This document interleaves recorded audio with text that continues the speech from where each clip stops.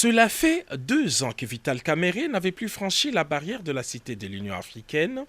Près d'une semaine après son acquittement dans les dossiers des 100 jours, le tout premier directeur des cabinets du chef de l'État est venu rencontrer ce mardi soir le président de la République, Félix-Antoine Tshisekedi Tshilombo.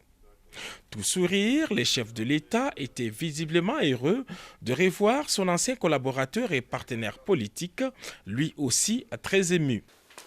Comment ça? Ça va bien, Excellence. Ça va? Quelle émotion. Retrouvailles. Décontractés, les deux personnalités ont eu un entretien de 2 heures et pour Vital Kamerhe, la parenthèse 100 jours est vite refermée.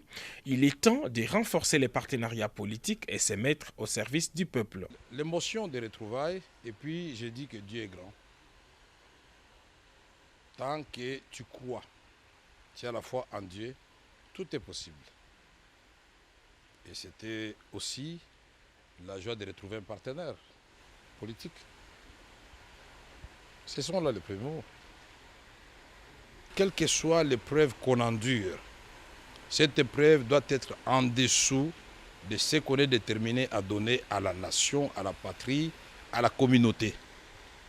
C'est en cela que nous allons gagner. Si chacun de nous, et il y a rares qui n'ont pas connu d'épreuves dans leur vie, ils doivent minimiser ces épreuves-là et dire ce que j'ai à donner à la patrie est bien au-dessus des preuves endurées. Pour moi, j'ai appris beaucoup de choses en prison.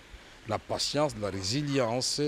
J'ai appris comment renforcer la foi en Dieu. Les Congolais veulent entendre Vital Kamerhe s'exprimer sur ce qui se passe à l'Est, votre fief naturel. Donc, ce qui se passe à l'Est nous laisse tous sans voix.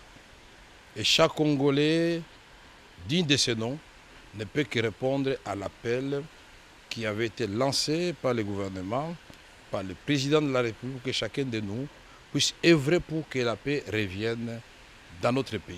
Et ce ne sont pas des ressources intellectuelles, ce n'est pas la sagesse, ce ne sont pas ces ressources-là qui manquent, mais nous devons revisiter notre outil de défense, le renforcer pour que nous puissions gagner des guerres. Mais il n'y a pas que l'option militaire.